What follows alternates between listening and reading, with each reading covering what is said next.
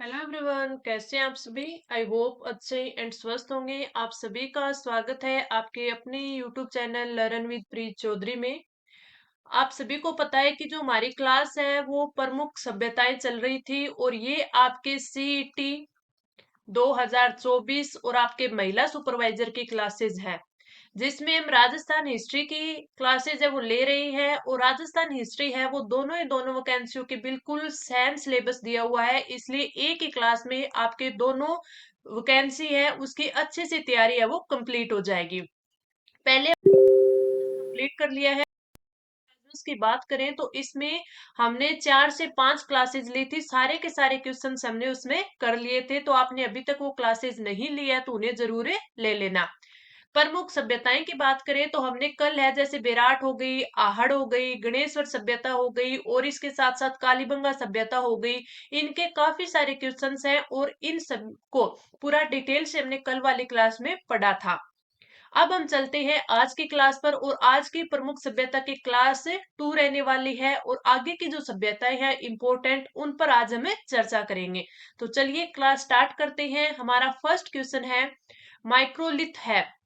Microlith क्या है? सूक्ष्म पाषाण औजार, पाषाणकालीन मानव नस्ल, काल, गणना की पद्धति, पाषाणकालीन स्थल। तो हमारा राइट आंसर क्या हो जाएगा? राइट आंसर हो जाएगा option A. Option A microlith है वो सूक्ष्म पाषाण औजार है एक। क्या है? माइक्रोलिथ सूक्ष्म पाषाण औजार है। तो आपको सिर्फ ये नहीं है कि हमने सभ्यता पढ़ी, कालीबंगा के लिए पढ़ लिया कि ये वहां हनुमानगढ़ की सभ्यता है, इसमें ये चीजें मिली है। कुछ एक एडिशनल चीजें भी होती है जो हमें अलग से पढ़नी पड़ती है, तो उन सबको हमें ऐसे क्वेश्चंस के साथ है वो रिवाइज कर लेंगे। चलिए आगे बढ़ते हैं। हमारा अगला क्वेश्चन, गणेश्वर सभ्यता के संदर्भ में असत्य कथन हमें बताना है। असत्य कथन तो पहले सबसे पहली बात ये है, इस चीज पर गौर रखना है कि जब भी हम क्वेश्चन पढ़े तो ध्यान से पढ़े, ये नहीं कि असत्य को सत्य पढ़ा जाए। गणेश्वर सभ्यता के संदर्भ में असत्य कथन है, गणेश्वर सभ्यता पूर्व हड़प्पा कालीन सभ्यता है। गणेश्वर सभ्यता भारत में ताम्र युगीन सभ्यताओं की जननी है। गणेश्वर में वर्ष 1977 में रतन चंद्र अग्रवाल, जिनको आर सी अग्रवाल भी कहा जाता है, ने उत्खनन कार्य किया। गणेश्वर सभ्यता बनास नदी के किनारे स्थित है। तो आपको सबसे पहले देखते ही पता चल गया कि जो इसका असत्य कथन है वो ऑप्शन ए डी दिया हुआ है। क्यों? क्योंकि हमें ज्यादा कुछ नहीं, तो सभ्यता है कहाँ, किस नदी पर है और ये कौन सी है, कांस्य युगीन है या लोह युगीन है, ये ताम्र युगीन है, इन चीजों का तो हमें पहले से ही पता होता है। तो चलिए अब इसमें और देख लेते हैं हमें कि इसमें गलती क्या दी गई है। गणेश्वर सभ्यता बनास नदी के किनारे है, बनास नदी के नहीं है, ये कांतली नदी के किनारे है। कौन सी? कांतली नदी के किनारे है। तो इस चीज को आपको ध्यान में रखना है। अब अगर हम बात करें गणेश्वर सभ्यता की, तो गणेश्वर सभ्यता को है वो पुरातत्व का पुष्कर भी कहा जाता है। इसके साथ मैं एक बार आपको गणेश्वर सभ्यता है उसको पूरा डिटेल से रिवाइज करवा देती हूँ। कल भी मैंने आपको ये अच्छे से रिवाइज करवाई थी, लेकिन एक बार फिर करवा देती हूँ जिससे आपकी जो प्रैक्टिस है वो काफी अच्छे से हो जाए। सबसे पहले हमें गणेश्वर सभ्यता का क्या पता होना चाहिए कि ये किस जिले में पड़ती है। जिला तो नीम का थाना, नीम का थाना जिला, जो अभी नया जिला बना है, अशोक गहलोत जी ने बनवाया है। पहले एक किस में आती थी? सीकर में आती थी और नीम का थाना क्या थी? तहसील थी। उसके बाद आती है कि ये किस नदी पर है, तो ये कांतली नदी पर है, कांतली नदी पर है। उसके बाद देखें तो इसका समय पूछा जाता है कि जो कि मैंने आपको कल की क्लास में बताया था। कल की क्लास में मैंने आपको किस किस का, आहड़ सभ्यता का बताया था, बालाथल सभ्यता का बताया था, बागोर सभ्यता का बताया था। उसके साथ साथ ही गणेश्वर का, कालीबंगा का, इनकी जो कार्बन पद्धति है उस के हिसाब से जो समय है जो आपसे काफी बार पूछा जाता है, यानी इसका काल, वो मैंने बताया था। तो इसका गणेश्वर का क्या बताया था? गणेश्वर का जो काल है या समय है वो बताया था 2800 ईसा पूर्व। 2800 ईसा पूर्व। तो ये वेरी इंपॉर्टेंट है, काफी बार पूछा जाता है। उसके बाद है आपसे काल पूछ लिया जाता है कि ये किस काल की है, यानी ये लोह युगीन काल की है, ताम्र पाषाण काल के किस काल की है। तो जो आपकी गणेश्वर सभ्यता है वो है ताम्र पाषाण काल, ताम्र पाषाण काल युगीन सभ्यता है। यानी जो ताम्र पाषाणकालीन युगीन सभ्यता की इसको जननी भी कहा जाता है। जो देखिए आपके ऑप्शन बी में दिया हुआ है, गणेश्वर सभ्यता भारत में ताम्र युगीन सभ्यताओं की जननी है। ये भी आपके लिए इंपॉर्टेंट है। उसके बाद अगर हम बात करें तो और इससे क्या पूछा जाता है, इससे पूछा जाता है कि इसके खोजकर्ता तो वो कौन है। इसके खोजकर्ता 1977 में आर सी अग्रवाल जो कि ऑप्शन है सी में दिया हुआ है। इसके बाद आती है इसकी विशेषताएं। इसके बाद क्या आती है, इसकी विशेषताएं आती है। और इनकी जो विशेषताएं हैं उसमें क्या पूछा जाता है कि इसमें कौन कौन सी विशेषताएं हैं। तो सबसे पहले इसके आती है कि इसमें मछली पकड़ने का कांटा है वो प्राप्त हुआ है। मछली पकड़ने का कांटा प्राप्त हुआ है, ठीक है, कांटा प्राप्त हुआ या मिला। उसके बाद यहाँ पर ताम्र निर्मित कुल्हाड़ी भी मिली है। ताम्र निर्मित कुल्हाड़ी मिली है। कुल्हाड़ी तो कई बार ये पूछ लिया जाता है ना कि मछली पकड़ने का जो कांटा है वो कहाँ से मिला है, तो वो आपकी गणेश्वर सभ्यता मिला है। ताम्र निर्मित कुल्हाड़ी कहाँ से मिली है। साथ साथ में एक चीज याद रखना, यहाँ से शुद्ध तांबे के शुद्ध शुद्ध तांबे युक्त कई चीजें मिली है। वो कौन कौन सी, जैसे तीर मिला है, भाले मिले हैं, तलवार मिली है, बर्तन आभूषण भी मिले हैं, ठीक है, आभूषण भी मिले हैं, और इसके साथ साथ सुइयां मिली हैं। तो ये सारी चीजें आप याद रखना। मैं पूरी डिटेल से वही चीज बता रही हूँ जो काफी इंपॉर्टेंट होती है। तो आपसे पूछा क्या जा सकता है, कहाँ स्थित है, किस नदी पर है, इसका समय कौन सा है, किस काल की है, खोजकर्ता कौन है, और इसकी विशेषताएं ये आपसे पूछे जाते हैं। तो इन सबको आप ध्यान रखना। अगर आप इसको साथ साथ में नोट डाउन कर रहे हो तो बहुत ही अच्छी बात है। अगर आप इसको नोट डाउन नहीं भी कर रहे हो तो आप एक काम करना कि इसकी पीडीएफ है उसको रिवाइज जरूर कर लेना, पीडीएफ को रिवाइज जरूर कर लेना। तो चलिए अब हम बढ़ते हैं अगली क्वेश्चन पर। अगला हमारा क्वेश्चन है कि निम्नलिखित में से लोह युगीन सभ्यता का उदाहरण नहीं है। लोह युगीन सभ्यता का उदाहरण कौन सा नहीं है। विराट, नो, रेड, गिलुंड। अगर इनकी बात करें तो आपका राइट आंसर हो जाएगा ऑप्शन है डी। जो गिलुंड सभ्यता है वो लोह युगीन सभ्यता नहीं है। विराट की बात करें जो कि आपके जयपुर में है। काफी सारे क्वेश्चन है कल हमने इसके किए थे, और आगे एक बार फिर मैं इसका रिवीजन आपको करवा दूंगी।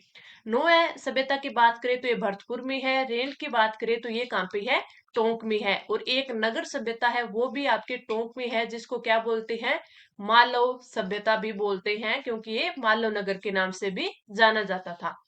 तो राइट आंसर हो गया ऑप्शन है डी। आगे बढ़ते हैं अगले क्वेश्चन पर। डेडवाना सभ्यता किस संस्कृति से संबंधित है। अब ये क्वेश्चन आपने बहुत कम ही पढ़ा होगा। ताम्र पाषाण काल, मध्य पाषाण काल, नव पाषाण काल और परापाषाण काल। तो आपका जो राइट आंसर हो जाएगा ऑप्शन है डी हो जाएगा। डीडवाना सभ्यता जो कि नागौर में पड़ती है, परापाषाण काल से संस्कृति से रिलेटेड है। आगे बढ़ते हैं हमारा अगला क्वेश्चन। बौद्ध धर्म से संबंधित पुरातात्विक अवशेष कहाँ मिले हैं। बौद्ध धर्म से संबंधित पुरातात्विक अवशेष कहाँ मिले हैं। विराट सभ्यता, नगर सभ्यता, नलियासर सभ्यता और कालीबंगा सभ्यता। तो आपका जो राइट आंसर होगा वो हो जाएगा ऑप्शन ए, विराट सभ्यता। और ये कहाँ की है, जयपुर की है। तो एक बार मैं फिर इसका क्विक रिवीजन आपको करवा देती हूँ। कल भी मैंने आपको अच्छे से इसको बताया था क्या क्या क्वेश्चन है इससे बन सकते हैं, वो सारे हमने देखे थे। सबसे पहले विराट सभ्यता है कहाँ, जयपुर में है। फिर इसकी नदी पूछेगा, किस नदी के किनारे, तो बाणगंगा नदी, बाणगंगा नदी। उसके बाद आपसे वही समय पूछता है, तो समय को कितना है इसका 600 ईसा पूर्व, 600 ईसा पूर्व से 1 ईस्वी, 1 ईस्वी वेरी इंपॉर्टेंट है, ध्यान रखना। उसके बाद अगर हम बात करें तो ये कौन सी है, यानी काल कौन सा है, तो ये एक लोह युगीन सभ्यता है। जस्ट अभी हमने पहला क्वेश्चन इसका किया था कि ये नहीं, ये क्वेश्चन के निम्नलिखित में से लोह युगीन सभ्यता का उदाहरण नहीं है। यानी विराट है लोह युगीन है, लोह भरतपुर भी लोह युगीन है, रेंड है वो भी आपकी क्या है, सभ्यता है वो लोहा युगीन है, गिलुंड है वो नहीं है। तो इसी प्रकार है ये भी। मैं अब मैंने आपको काल बता दिया, तो अगर वो क्वेश्चन मैं बाद में करवाती तो आपको पता होता ना कि हाँ ये लोहा युगीन सभ्यता है। अब आगे देखिए मैं और क्या पूछा जाता है, फिर इसका पूछता है खोजकर्ता, यानी उत्खननकर्ता हो गया या खोजकर्ता हो गया। खोजकर्ता की बात करें तो 1935-36 ईस्वी में, 1935-36 ईस्वी में दयाराम साहनी, राय बहादुर दयाराम साहनी ने इसका क्या की थी, खोज की थी। उसके बाद पूछा जाता है कि इसमें कौन कौन से प्रमुख स्थल है, कौन कौन से प्रमुख स्थल है।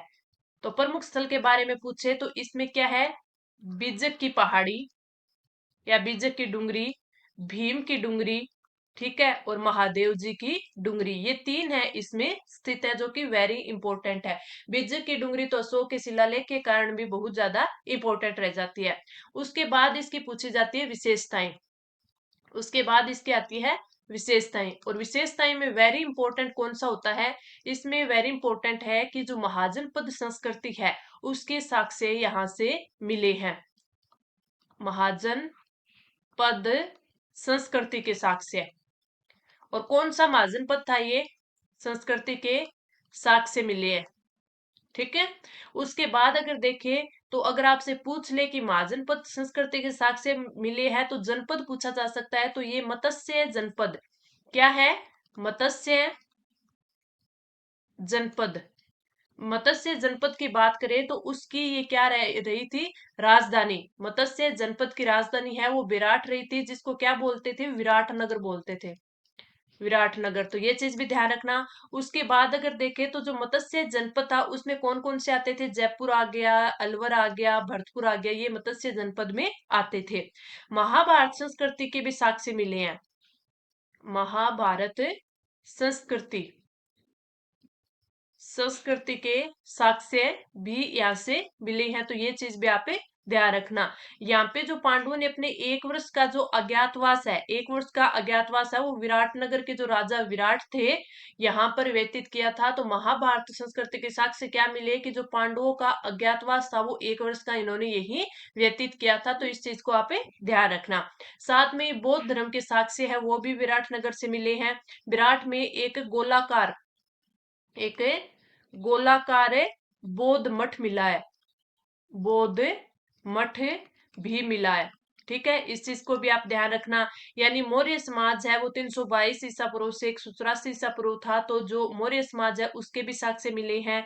सम्राट अशोक का जो भाबरू शिलालेख है कल भी मैंने आपको बताया था, वो भी कहाँ से, बिज्जर की डुंगरी से मिला है, ठीक है। और फिर हमने ये पूछा जा सकता है कि जो भाबरू शिलालेख है उसकी खोज है वो किसने की थी, तो उसकी खोज है वो 1837 में कैप्टन बर्ट ने की थी। आपसे पूछा जा सकता है इसकी भाषा है वो कौन सी थी, तो इसकी भाषा है प्राकृत भाषा थी, प्राकृत भाषा थी। लिपि पूछी जाए तो लिपि भी आप लिख सकते हो कि ब्राह्मी लिपि में ये शिलालेख था, ब्राह्मी लिपि में ये शिलालेख था। तो ये चीजें हैं वो काफी इंपॉर्टेंट जाती है। इसके साथ मैंने ये चीजें बताई तो आपको रिलेटेड करके मैंने ये चीजें बता दी। अब ये भी पूछा जा सकता है कि जो आपका अशोक का शिलालेख था वो बाबरू शिलालेख है, वो इस टाइम कहाँ पे है, तो वो आपसे पूछे तो आप याद रखना कोलकाता के संग्रहालय में ये सुरक्षित रखा हुआ है। यहाँ से 36 है वो चांदी के सिक्के मिले थे, 36 में से जो 28 सिक्के थे वो क्या थे, यूनानी राजाओं के थे। 28 में जो 16 सिक्के थे वो मिनेंडर राजा के थे, मैंने कल ये क्वेश्चन आपको करवाया था। बच्चे जो 8 सिक्के थे वो प्राचीन भारत के सिक्के थे, यानी जिनको आहत या जो पंचमार्क सिक्के बोलते हैं वो थे। तो पूरे डिटेल से मैंने आपको विराट सभ्यता है इसका एक बार रिविजन करवा दिया है। अगर इसी प्रकार आपको अच्छे से पूरा का पूरा सिलेबस करना है तो आपको हमारी इस क्लास के साथ कंटिन्यू बने रहना है। चलिए आगे बढ़ते हैं। हमारा अगला क्वेश्चन है कि दोहरी रक्षा प्राचीर के साक्ष्य राजस्थान की किस सभ्यता से प्राप्त हुए हैं, बालाथल सभ्यता, ओजियाना सभ्यता, कालीबंगा सभ्यता और ये गणेश्वर सभ्यता। तो सबसे पहले कि गणेश्वर सभ्यता से तो नहीं प्राप्त हुए, क्योंकि ये सभ्यता हमने पूरी डिटेल से अभी 2 क्वेश्चन पहले की थी, तो राइट आंसर हो जाएगा हमारा ऑप्शन है सी। दोहरी रक्षा प्राचीर के साक्ष्य है वो राजस्थान की कालीबंगा सभ्यता से प्राप्त हुए हैं। अगर हम बात करें तो ये जो कालीबंगा सभ्यता है ये प्राक हड़प्पा कालीन, प्राक हड़प्पा कालीन हड़प्पाकालीन कांस्य युगीन सभ्यता है। कांस्य युगीन सभ्यता, युगीन सभ्यता है। दूसरी इससे एक बात इंपॉर्टेंट ये कि इसको दीनहीन बस्ती भी कहा जाता है, दीनहीन बस्ती भी कहा जाता है। अगर इस सभ्यता की बात करें तो इसमें एक चीज आप ये याद रखना कि जो इसकी जो खुदाई हुई थी, उत्खनन हुआ था, 2 सत्रों में हुआ था। ठीक है, और ये प्राक हड़प्पाकालीन सभ्यता है। और यहाँ से जो इसका 5 सत्रों में तो इसका है, 5 सत्रों में इसका उत्खनन हुआ था। शुरू के अगर 2 देखे, प्रथम 2 स्तर देखे ना, तो प्रथम 2 स्तरों से तो ये पता चला कि ये क्या है, प्राक हड़प्पाकालीन सभ्यता है।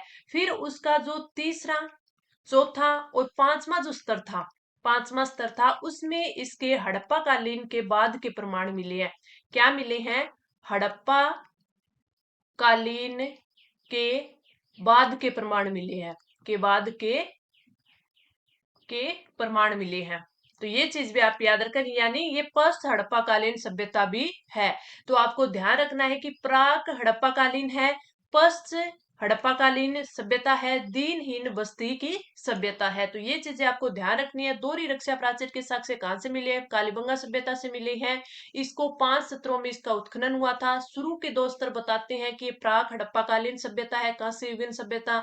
उसका तीसरा, चौथा और पांचवा स्तर है खुदाई का, उत्खनन का, वो बताते हैं कि पोस्ट हड़प्पाकालीन सभ्यता भी है। इससे रिलेटेड जैसे क्वेश्चन थे कि यहाँ पर है वो मिश्रित खेती की जाती है, लकड़ी के हल मिली है, ये सारी चीजें, इसकी जो भी विशेषताएं थी, इसका उत्खनन है वो किसने किया था, कब किया था, कल की क्लास में हम इस पर पूरी चर्चा कर चुके हैं।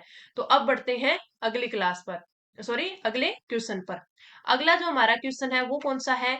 किस सभ्यता में बस्ती को बाढ़ से बचाने के लिए पत्थर के बांध है वो बनाए गए थे? वेरी वेरी इंपॉर्टेंट हो जाता है। आपने बहुत कम ही ऐसे क्वेश्चंस है वो पढ़े होंगे। कालीबंगा सभ्यता, गणेश्वर सभ्यता, आहड़ सभ्यता और बालाथल सभ्यता। इसमें बात करें तो किस सभ्यता में बस्ती को बाढ़ से बचाने के लिए पत्थर के बांध बनाए गए थे? वो बनाए गए थे गणेश्वर सभ्यता में। राइट आंसर ऑप्शन है बी हो जाएगा।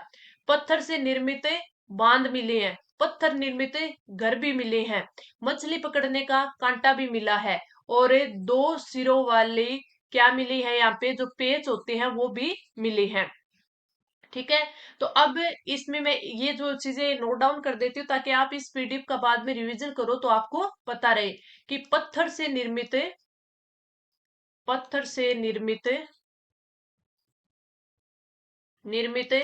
बांध ये भी यहीं से मिले हैं। पत्थर निर्मित घर भी यहीं से मिले हैं। ठीक है, मछली पकड़ने के कांटे, मछली पकड़ने का कांटा भी यहां से मिला है। और अगर बात करें तो 2 सिरों वाली पेचदार, सिरों वाली पेचदार भी यहीं से प्राप्त हुई है। तो इन चीजों का आप थोड़ा ध्यान रखना कि अगर ऐसे क्वेश्चंस पूछ ले जाए तो आपका क्वेश्चन है वो बिल्कुल सही होना चाहिए। आगे बढ़ते हैं हमें अगले क्वेश्चन पर। अगले क्वेश्चन की बात करें तो अनाज रखने के बड़े मृद भांड जिन्हें गोरे व कोठे कहा जाता है किस प्राचीन सभ्यता से प्राप्त होते हैं? कल का जो हमारा क्वेश्चन था वो सेकंड क्वेश्चन है इसी पे था, और इससे मैंने आपको बहुत ही अच्छे से इस सभ्यता को आपको बताया था, समझाया था। एक बार फिर हम इस सभ्यता को अच्छे से एक बार रिवाइज आपका करवा देती हूँ। ओजियाना सभ्यता, कालीबंगा, जोधपुरा और आहड़। राइट आंसर होगा आपका ऑप्शन है डी। आहड़ सभ्यता से गोरे व कोठे जो थे बड़े मृदवान थे, जो अनाज रखने, अनाज संग्रहण के लिए काम में लिए जाते थे, यहाँ से प्राप्त हुए हैं। अगर इसकी बात करें तो इसका जो उत्खनन है वो 3 स्तरों में हुआ है, 3 स्तरों में हुआ है। इसको 8 बार उजड़ने की, 8 बार उजड़ने के प्रमाण भी इसके मिले हैं। ठीक है, और अगर इससे बात करें तो यहाँ से है वो काले और लाल मृद भांड, काले और लाल है वो मृद भांड भी यहाँ से मिले हैं। ईरानी शैली के प्रमाण भी यहाँ से मिले हैं, ईरानी शैली के प्रमाण।